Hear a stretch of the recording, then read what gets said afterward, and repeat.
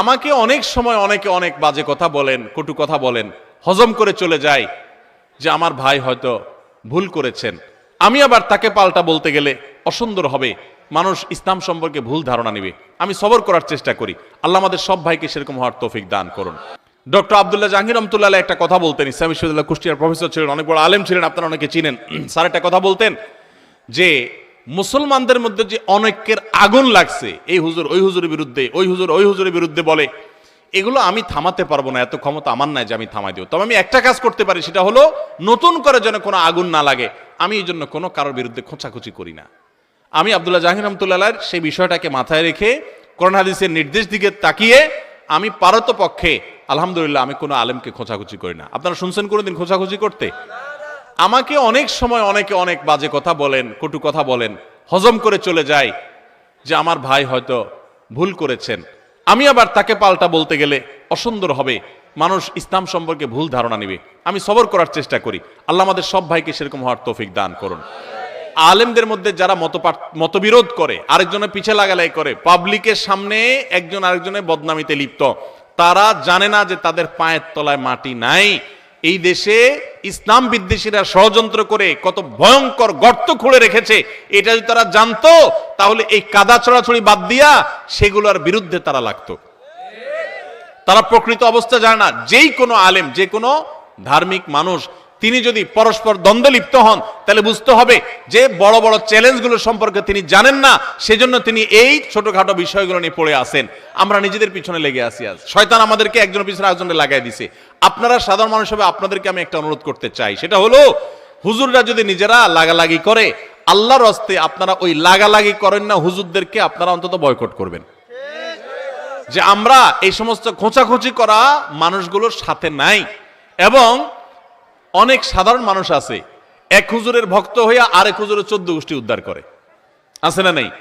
ফেসবুকে জিহাদ করে দেখবেন, জিহাদ এটা হলো শয়তানের জিহাদ। যে এক হুজুরের পক্ষ হইয়া আরেক হুজুরের বিরুদ্ধে লেখা গালিগালাজ করতেছে। আপনার কে শিখাইছে? আপনার কোন হুজুর যদি আপনাকে শিখায় আরেক হুজুরের বিরুদ্ধে গালিগালাজ করো, ষড়যন্ত্র করো, তো মনে রাখবেন ওই হুজুর থেকে ইসলাম শিক্ষাই আপনার জায়েজ নাই। আলেমদের মধ্যে যদি কোনো ত্রুটি হয়, আমরা এটা গোলটি বিলিবসে সমাধান করব। কেন? এটা আমি সিদ্ধান্ত নিয়েছি, কারণ আমরা আলেম একজন আরেকজনকে বল ধরি। তখন ফেসবুকের ভিতরে আমার পক্ষে এক দল বাইর, ওনার পক্ষে আরেক দল বাইর, বাইরিয়া শেষ পর্যন্ত এমন একটা ফেসবুকে কাদা চোরাচুরি হয়, শেষ পর্যন্ত আমার কেল্লা নিয়ে নায়কের মাথাত লাগাই দেয়, আরেকজন নিয়ে আরেকজনের কেল্লা নিয়ে আরেকজনে লাগাই দেয় যে একটা নাচানাচি ঠেলাঠেলি ইউটিউবাররা ইনকামের দান্দা করে, লাস্টে আমরা বান্দা ফুরি, দিন শেষে ইসলামের ক্ষতি হয়। কথা কোন ঠিক না বেটি? এই জন্য আমি সব গণনার আলেমদেরকে বলবো, যদি আপনাদের মধ্যে কোনো সমস্যা থাকে, আপনারা একটা কাজ করবেন, ব্যক্তিগতভাবে ফোন দিবেন, ফোন দিয়ে এক জায়গায় বসবেন, বৈশা সমাধান করবেন। কিন্তু ওই যে অনলাইনে ফেসবুকে ওই ওই কোনো ধান্দাবাজকে সুযোগ দেওয়া যাবে না। এমনি তো অনেক শত্রু আছে কি না বলেন? এরপরে তাদেরকে সুযোগ দেওয়া যাবে না, ফেসবুকের কাদা ছোড়াছুরি করা যাবে না, এবং কমেন্টস বক্সে কোনো গালাগালি করা যাবে না। যদি কোনো সমস্যা হয়, এটা বাংলাদেশ যে কোনো জায়গায় যাওয়া যায়, কত করে একটা ফোন দিবেন, ভাই আপনার বক্তব্য আমার কাছে সমন হয়েছে, তো ভাই কীভাবে এটা সমাধান করব? ফেসবুকে? আর না, ঠিক আছে আপনি আসেন, আইসা এক জায়গায় বসবেন, বৈশা এটা সমাধান করবেন, এরপরে সমাধানটা ফেসবুকে দিবেন, জাতি, জনগণ, দেশ একটা ভালো মেসেজ পাবে। কথা কোন ঠিক না বেঠে? তৃতীয় পক্ষ আর সুযোগ নিতে পারবে না। কথা কোন ঠিক কিনা? কিছু কিছু লোক আছে মজা মারে, এই জন্য এই সুযোগ দেওয়া যাবে না। ওই দান্দাবাজদের ধান্দাকে বন্ধ করে দিতে হবে। কথা কোন ঠিক না ঠিক? আল্লাহ পাক আমাদের সকলকে বোঝার তৌফিক দান করুক, আমিন। আরেকটা কথা বলে দিই, শেষ কথা, আখিরি কালাম, শেষ কথা হলো, মা বাপের মনে কখনো কষ্ট দিবেন না।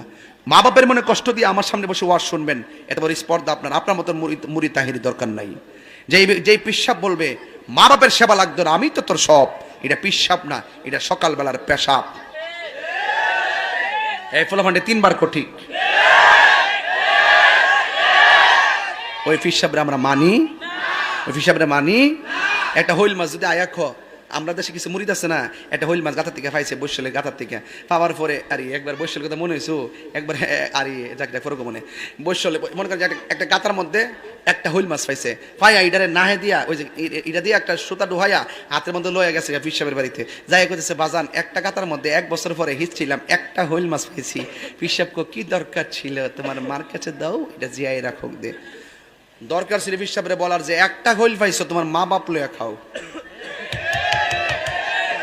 এই কথাটা বলার পরে যদি ফুলা যদি বাড়িতে হোল মাস্টার লয়ে যেত, আমার মনে হয় যে পৃথিবীতে এমন কোনো মা বাপ নাই যে কইতো না যে ফুতরে তোর ফিরে বাইতে লয়ে গেছ, আমার লাগে পাঠাই দিচ্ছে, ফুত আমি পাইছি, আমি খাইছি, যা আমি তোর অনুমতি দিলাম, তুই তোর ফির সাহেবের কাছে লয়ে যা। কথা কোন ঠিক নেই, ঠিক নেই, কথা ঠিক নেই।